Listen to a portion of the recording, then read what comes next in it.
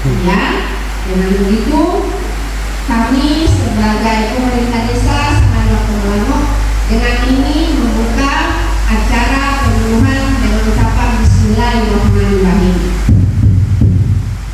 Tidak mencoba. Assalamualaikum warahmatullahi wabarakatuh. Selamat sore.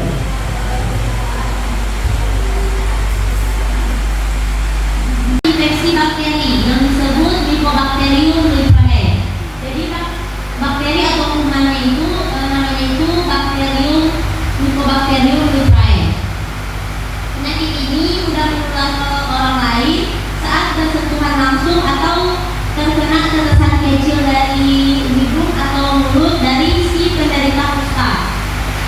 Dan penyakit kusta ini lebih sering menyerang anak-anak dibandingkan orang dewasa karena anak-anak itu memiliki sistem imunitas tubuh yang lebih lemah atau lebih rendah daripada orang yang dewasa. Penyebab penyakit kusta yang pertama, infeksi bakteri Mycobacterium leprae, bakteri yang dapat menular dari satu orang ke orang yang lainnya.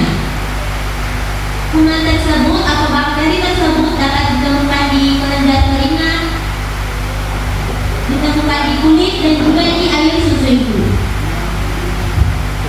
Dan yang terakhir adalah sistem kekebalan tubuh manusia yang terganggu atau imun manusia yang melemah. Dia bisa menjadi penyebab penyakit kusta ini mudah terjangkit kepada kita.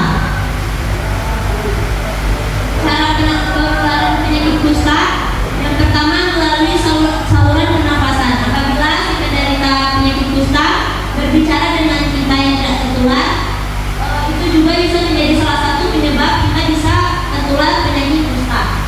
Yang kedua, kontak kulit dengan kulit. Apabila kita tidak sengaja bersentuhan dengan si penderita penyakit kusta tersebut.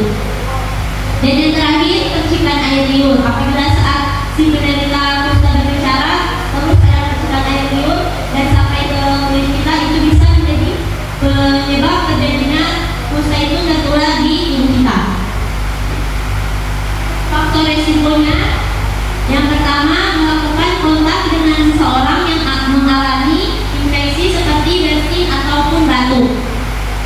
Yang kedua, kontak dekat dan berulang dengan dari penyakit kusta sendiri. Yang pertama, panas dari derajat yang rendah sampai menggigil.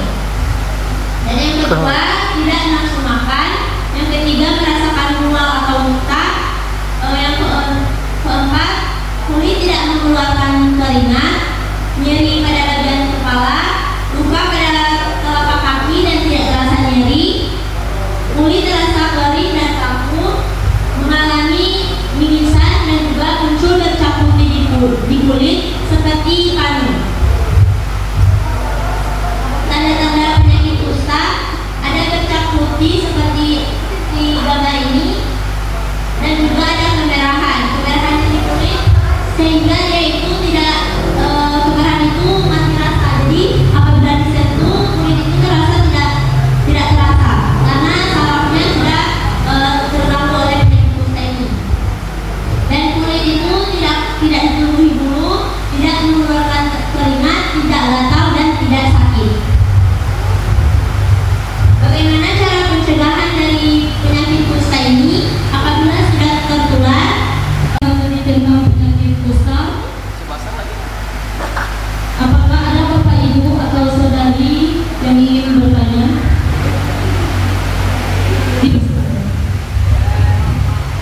Mike.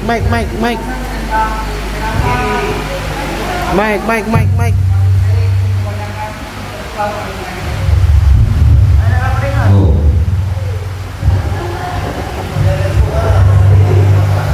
Yang ini yang perlu kasih kesempatan ini kami minta penjelasan tentang kenapa dari tiga manusia bangsa kami laki-laki yang paling sering Kalau lu manis tuh. apa dari sisi dia kami minta penjelasan tentang kenapa harus dari laki-laki yang paling banyak risiko Paling banyak laki-laki. Tidak terima dia.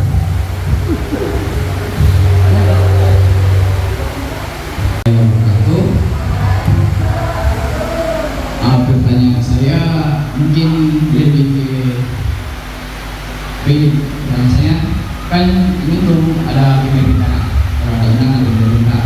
Nah, yang saya mau tanyakan itu apa yang harus dilakukan oleh desa agar para masyarakat yang sudah terkena ataupun yang belum itu bisa terhindar ataupun bisa terobati dengan penyakit tersebut.